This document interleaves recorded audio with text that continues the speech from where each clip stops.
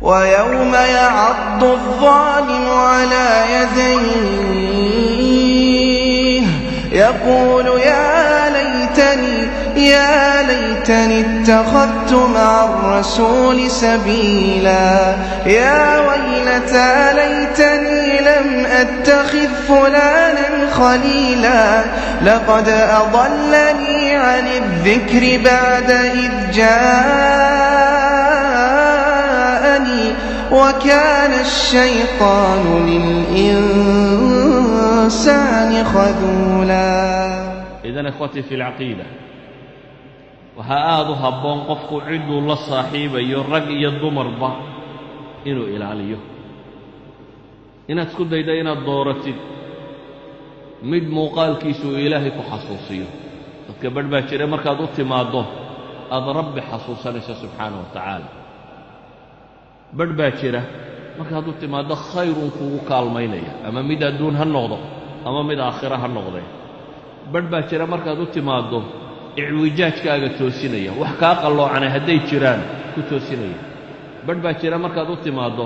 nasiixa wanaagsan tala fiican oo aakhiriya aduubaad ka helaysaa badbaa jira markaad u timaado aad macaasida ka xishoonayso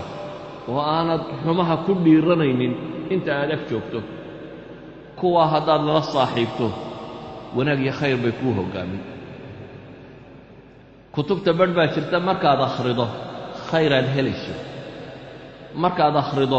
tala ku siinaya kitaabka rabbi haddaad akhrido asaadse fahmayso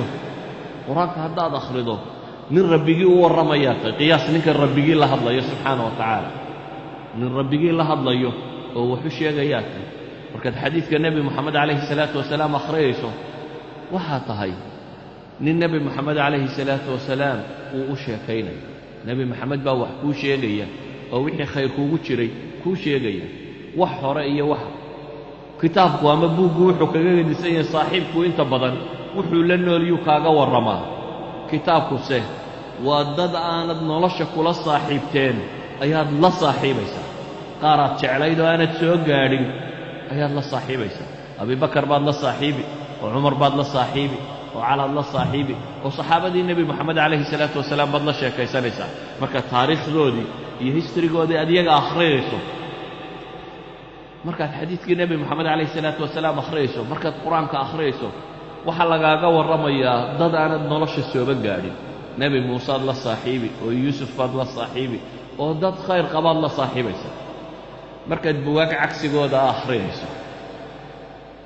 ee lagaaga warramo dadka inta ahlu sharka ah ee lagaaga warramo film actor iyo kuwan yaryaree isqaaqaawiye kubadda cayaara iyo kuwan aflaamta matala iyo kuwa markaad taariikhdooda raadiso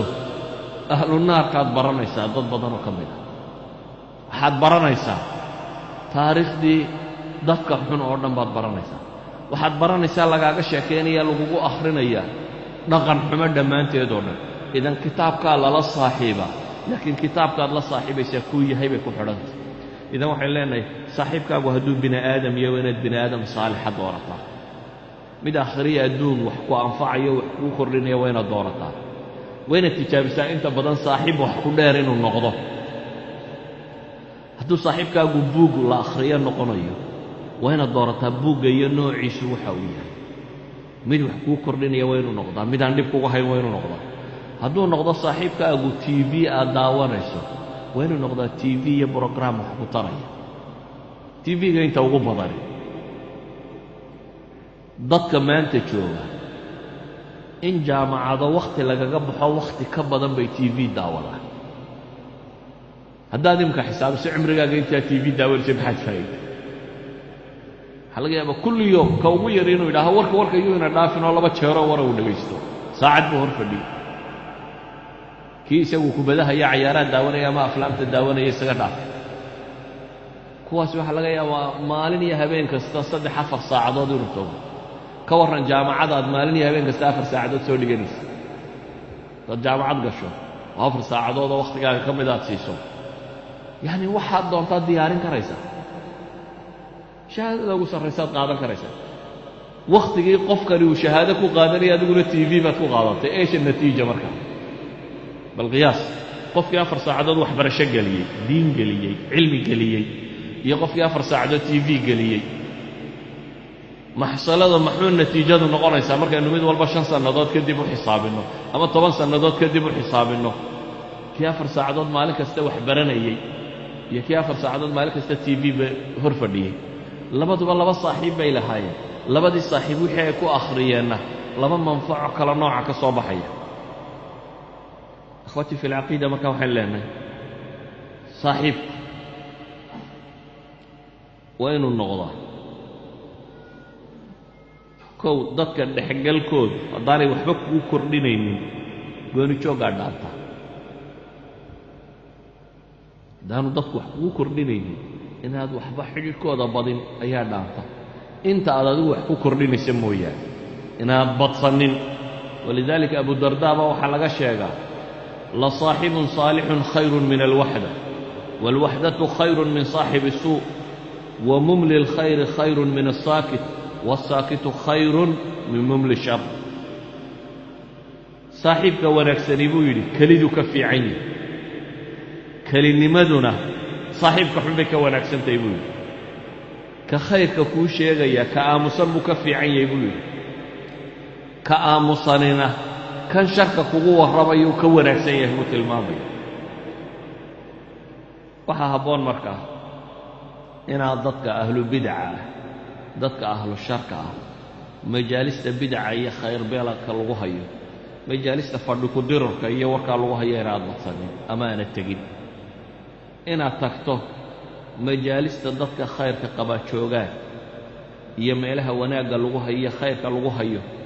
inaad tijaabiso inaad la saaxiibto cid adna wax kugu kordhisa adna aad wax ku kordhin karto dadka khayrbeelayaasha haddaad la saaxiibto maalin walba siduu inshara kuugu sheegayo khayrku kaa tuuray dad badan oo malaaxida noqday baa la yidhaha markii hore saalixiin bay ahaayeen laakiin dadkii ay la saaxiibeen ayaa mushkiladda tan u geystay saaxiibada kuwaan khayrka qabinna ilaahay qur-aanka wuxuu leeyahay alakhillaa'u yowmaidin bacduhum libacdin cadow ila almuttaqiin saaxiibadii maalinta qiyaamo badhba badhka kale cadow bay u yihiin kuwii ilaahay ka cabsaday mooyaane majaalista khayr kale iyo meelaha khayrka loogu tago haddaad tagto waxaad faa'iidaysaa waa khayr walidaalika uu nebigu calayhi الsalaatu wasalaam wuxuu xadiidka صaxiixa ku tilmaamaya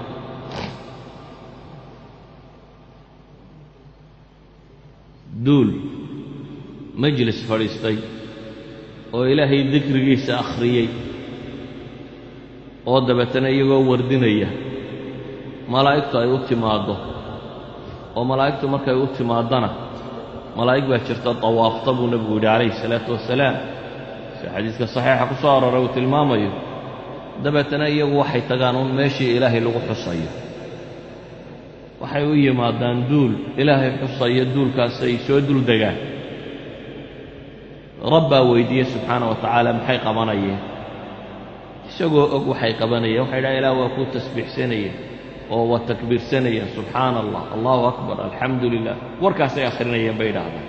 miyay arkeen baa ilaahay yidhaha subxaana wa tacaala maya kumay arag bay idhaahdaan hadday arkaan maxay yeeli lahaayeen ilaah weynidaada iyo mahadnaqaaga way ka sii badin lahaayeen bay yidhahdaan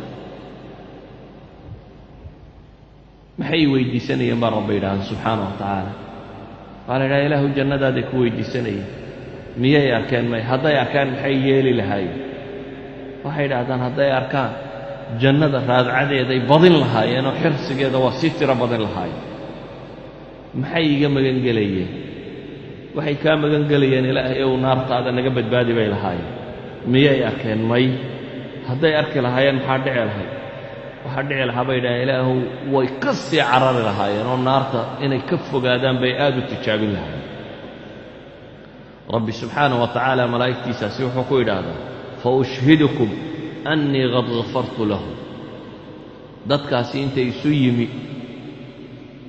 ilaahay xusayey waxaan markhaati idinka yeelay inaan dembigooda dhaafay baa rabbi yidhaahdaa subxaanaه wa tacaala malaa'igtaa markaa waxay tidhaahdaa ilaahayo waxaa la joogay fulaanu laysa minhu ninkii hebel la yidhahdaa isagu kuma jirin qolada tan wardinaysay ee wuxuu u yimi innamaa jaa'a lixaaja dan kaluu lahaa rabbi subxaanaه wa tacaala wuxuu ugu jawaabaa hum اljulasaa'u laa yashqaa bihim jaliisuhum waa duul baa la yidhi ka la fadhiistaana aanu hoogin isagana dembigiisa waan dhaafay baa ilahay yidhaha subxana wa tacaala yacni dadka saalixiinta iyo majaalista cilmiga iyo dikriga lagu hayo haddaad iska fadhiisato waxay kuu noqonaysaa dembi dhaaf barakadoodaa ku soo gaadhaysa majliskan saalixa ah barakadiisaa ku soo gaadhaysa oo maadaama ay majliskani uu yahay majlis ilaahay lagu xusayey ilaahay subxaanahu wa tacaala wuxuu ku abaalmariyaa inuu dembigooda dhaafo idan qofka saaxiib wanaagsan haddaad yeelato waxaa dhici karta la fadhigiisa in ilaahay dembigaaga ku dhaafo sida kuwani dhacday saaxiibkaaga wanaagsani la fadhigiisu xataa inuu ku anfaco oo uu kaa anfaco in ilaahay dembigaaga dhaafo saaxiibka wanaagsan la fadhigiisii maadaama uu nebigu leeyahy calayhi salaatu wasalaam ilaahay baa wuxuu leeyahay hum اljulasaa waa duul ka la fadhiistaana aanu hoogayn idan ilaahay wuxuu ina leeyahay faacrid can man tawallaa can dikrina walam yurid ila alxayaata addunya waar ka jeesa baa ilaahay leeyahay nebigiisa calayhi salaatu wasalaam can man tawallaa can dikrina kuwa ilaahay xuskooda ka jeestay adna iskaga jeeso ha la fadhiisanin walaa tarkanuu ila aladiina dalamuu fatamasakum الnaar ha u weecannina baa ilaahay yidhi subxaana wa tacaala kuwa dulmiga sameeya qoladaa ha la fadhiisannina oo rukuun yuu idinku dhicinina kuwaa la degtaan waayo fatamasakum الnaar baa ilaahay yidhi naar baa idin haleelaysa idin taabanaysa wamaa lakum min duuni illahi min awliyaa uma laa tunsaruun yaa layta baynii wa baynaka bucda almashriqayni fabi'sa alqariin aakhiro inaad calaacasho maaho ku biirto kuwa odhan doona aniga iyo adiga may bucda almashriqayn inoo jiraan inta cadeedka dhacya ka soo bixiisu jiraan in leeg ilaahay subxaanaه wa tacaala intuu ka warramay ambiyadii shuhadadii sidiiqiintii saalixiintii ayaa rabbi wuxuu leeyahy waxasuna ulaa'ika rafiiqa kuwaas baa saaxiibnimo wanaagsanaaday baa ilaahay leeyahy subxaanaه wa tacaala waxaan ku soo koobayaa marka ikhwatii fi اlcaqiida qof kasta oo bini aadami keli noolaanshiyo ciqaab bay ku tahay kelima noolaanka kama maarmo ciduu ku xidhmo waayo keli noolaanshiyo waxaynu idhi waa cuquubo maxkamadu ay dadka ku xukumaan oo alxabsi اlinfiraadi kama maarmo ciduu la sheekaysto ciduu humuumtiisa iyo warwarkiisa iyo walaaciisa u sheegto ciduu wakhtiga la wadaago ciduu nolosha la wadaago hadday tahay guri uu samaysta iyo reer iyo xaas hadday tahay shaqo iyo la noolaanshiyo hadday tahay jaarnimo iyo cid lala dego yacnii jaarka fiican xaaska fiican kitaabka fiican brograamka fiican saaxiibka fiican intaasiba aakhiro iyo adduunba waxbay ku tarayaan xaaska xun ama ninka xun jaarka xun beledka xun kitaabka xun tv-ga xun wax allaaliya wixii noocaasiyo shar wadaana aakhiriyo adduunba waa ku seejinayaan oo waa dib yeelanaysaa idan qofka mu'minka ahi waa inuu doortaa صاحبك ونكسب وصلى الله على نبينا محمد وعلى اله وصحبه وسلم